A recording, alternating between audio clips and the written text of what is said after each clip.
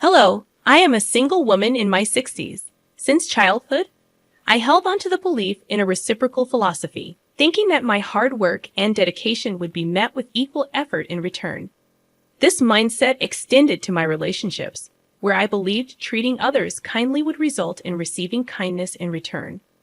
Even after marriage, I continued to hold this belief, assuming that by being considerate to my husband, he would reciprocate. In today's world, women aren't expected to sacrifice as much. But during my era, societal expectations were different.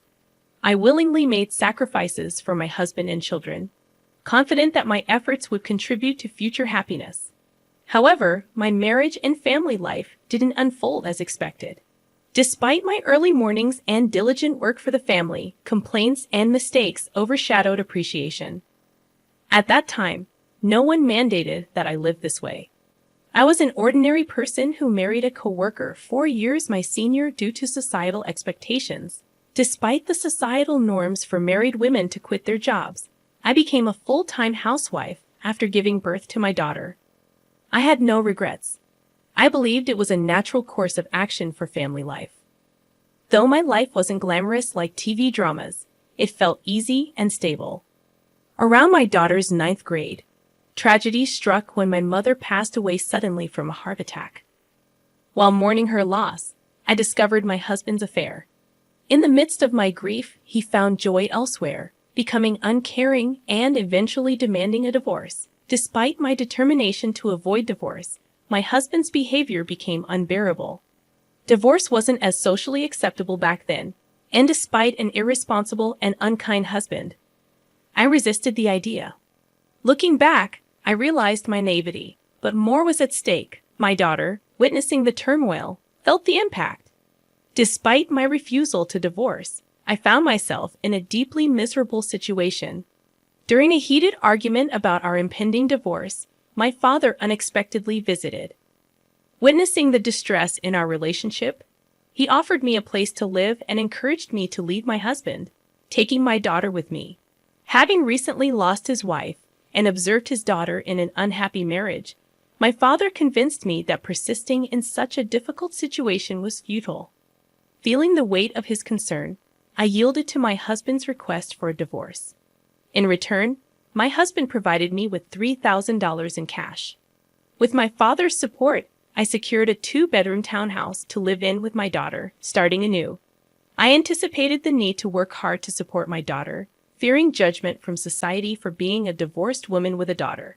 This concern was particularly heightened as my daughter entered adolescence. During this challenging period, my daughter expressed typical desires of her age, lamenting the perceived consequences of her parents' divorce. Despite the emotional hurt, I knew I couldn't dwell on them forever, determined to provide for my daughter. I embarked on the journey of seeking stable employment. However, being an older divorced woman with a child made securing a job challenging. Undeterred, I took on multiple part-time and nighttime jobs, even engaging in freelance work at home whenever possible. As time passed, my daughter advanced to her senior year of high school. Despite financial constraints, she excelled academically, finding her own way to thrive. Motivated by my desire to ensure her future, I secured a job at a 24-hour restaurant, working 12-hour shifts. 2/3 of my earnings were diligently saved for her college tuition. Despite facing judgment and gossip, especially from some married men who viewed me as an easy target, I persevered for the sake of my daughter. The sacrifices were numerous, but my goal was to provide her with opportunities I never had. As she approached adulthood, I hoped she would understand the struggles I faced in raising her and making a living. Reflecting on these challenges, I realized that having a daughter made my situation both more arduous and meaningful.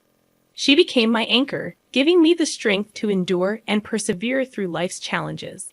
I held on to the belief that, in the future, my grown daughter and I would share stories about the hardships we faced and take pride in our resilience. A year later, my daughter's outstanding performance in the SAT exams earned her admission to Harvard University, a moment of immense joy that made all the previous struggles worthwhile. As she embarked on her college journey, I felt a mix of pride and emptiness. Though I had managed to provide for her education and housing, the absence of her daily presence at home left a void. We maintained close contact through phone calls, and during the initial months of her independence, our bond deepened. Her newfound affection and connection were a source of comfort, and I cherished our evolving relationship. Despite the challenges, my daughter graduated from college without financial setbacks, fulfilling a dream we had worked hard to achieve. Anticipating that we could live together again, I was surprised when she secured a job at a defense corporation and chose to live independently. To support her, I took a bank loan and contributed to the down payment for a condo near her workplace. While I aged and embraced a more unassuming appearance, my daughter thrived as a fashionable career woman. Witnessing her success brought immense happiness, reinforcing the idea that my sacrifices had borne fruit. I found contentment in her achievements, understanding the sentiment of people who say they forget hunger in moments of joy. Despite the financial support throughout her college years, the prospect of her wedding became a new financial responsibility. People questioned why I continued to struggle when my daughter was capable of self-sufficiency. However, I was determined to contribute to her wedding expenses to prevent any condescension from her future in-laws. The belief that sacrificing for her happiness would bring joy to both of us fueled my resilience. On the other hand, as my daughter dated, I noticed a growing distance between us. Initially hurt, I recognized that her adult life and relationships rightfully took precedence. I patiently waited for her to mature and open up to me, understanding that priorities shift during this phase of life.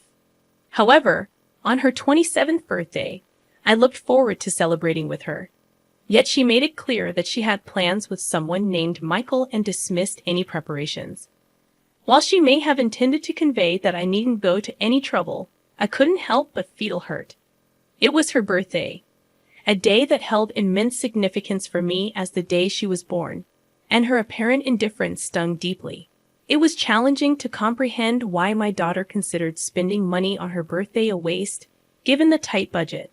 Despite her intelligence, her understanding of her own mother seemed distant. Despite my hurt feelings, I understood she was my only daughter, and I wanted to see her briefly on her birthday, even if it meant taking a day off work. On that day, I meticulously paid attention to my appearance before going to her workplace. However, what awaited me was an unexpected and emotionally charged encounter in the company lobby. I saw my ex-husband with his mistress, individuals I never wished to see again. Doubting how he found out and came there, I frantically called my daughter, only to be abruptly hung up on as she claimed to be busy with a meeting. Feeling dumbfounded, I turned around, only to hear my daughter happily calling her dad and embracing him with a bright smile. Her boyfriend seemed familiar with my ex-husband and his wife, adding to my fury.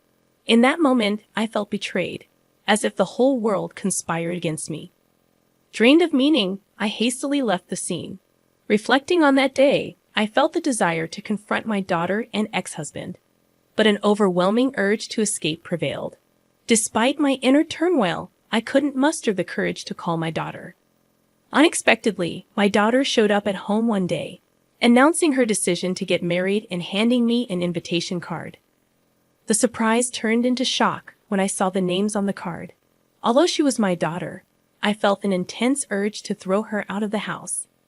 I questioned how she, my own daughter, could present such an invitation. I confronted her, expressing my hurt at being treated like a guest at her wedding, emphasizing my role as her mother. In response, my daughter apologized, stating she felt she had no choice.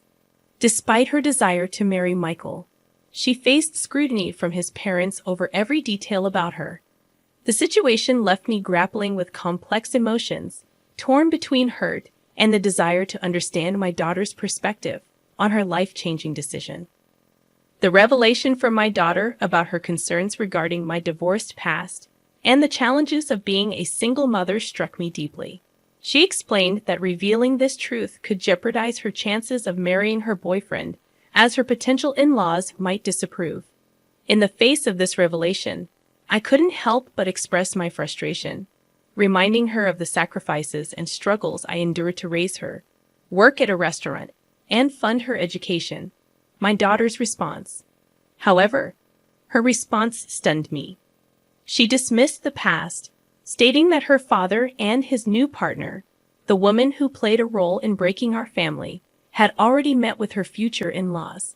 In her perspective, the present was what mattered most, and she prioritized her desire for a comfortable life over the difficulties we faced before. Feeling hurt and regretful, I spoke harshly to her for the first time in my life, expressing my disappointment in her attitude. In turn, she suggested that if I wanted to drop her from my life, I should repay her for the money I spent raising her. This exchange led to a heated argument, and she left my house in anger, proclaiming that we were now strangers. Devastated by the turn of events, I questioned the purpose of saving money for her wedding and felt a deep sadness when I looked at the wedding invitation she had left behind, with a different name printed where mine should have been. 3 years later, I received news that my father, who had been living independently to avoid burdening me, had fallen ill. Sadly, I learned about his condition only after his passing. The realization of being a poor daughter to him hit me hard. A few months later, I inherited a small condo where he had lived, a bittersweet reminder of the family ties and struggles that shaped my life. Upon realizing that I had money saved from my daughter's wedding in the savings account, I decided it was time to live for myself, even if it seemed somewhat late in life. I pondered the idea that in today's world, trusting only one child and sacrificing for them might not be the most fulfilling path. It was a realization that I should prioritize my own desires and needs before it became too late for me to enjoy life. As I contemplated this shift in perspective, a real estate broker and close friend from the restaurant where I worked suggested that I consider what I truly wanted to do. Despite societal expectations for women to sacrifice, I felt the desire to break free from that mold and live for myself. I harbored a feeling of regret and sorrow for the sacrifices I made over the years, and I yearned to pursue personal fulfillment. Inspired by my friend, I embarked on studying the real estate business and even delved into auction biddings. With some savings and money from selling my late father's condo, I seized the opportunity to take on a new challenge. In the surprising turn of events, I became a building owner overnight, residing in a prime location. 6 months later, after returning from a mountain climbing adventure, I found myself on the top floor of my building, now transformed into my home. Unexpectedly, someone knocked on my door, and I debated whether to pretend not to be home due to fatigue. However, curiosity prevailed, and I opened the door to find my pregnant daughter with a chubby-cheeked toddler in her arms. Tearful and distressed, she explained that she had been deceived by her husband, who turned violent and had affairs. Faced with impending childbirth and raising her young daughter, she sought refuge with me, despite my initial shock and the lingering hurt from our previous arguments. I couldn't turn my back on my daughter in need. She revealed that she had heard about my newfound success in real estate and wanted assistance. Despite the painful history between us, she pleaded for help, pointing out that she had a share in the money I had acquired from my wedding savings and inheritance. Caught between anger and compassion, I couldn't deny my daughter's plea for help. Despite her past actions, I recognized the vulnerability in her situation and knew that as a mother, I couldn't turn her away. The complexities of our relationship resurfaced, prompting me to grapple with the tangled emotions of love, disappointment, and the inevitability of family ties. I confronted her, saying, "I was the one who saved money for your education and your wedding, but you told me to get out of your life. Do I need to give you money now?" I only said that, but I didn't get any money back from you. It seems that in front of money, there is no use for the bond between a parent and a child. Now that you have money, you don't need a daughter, right? No matter what, I am still your daughter, so I have a right to your money too.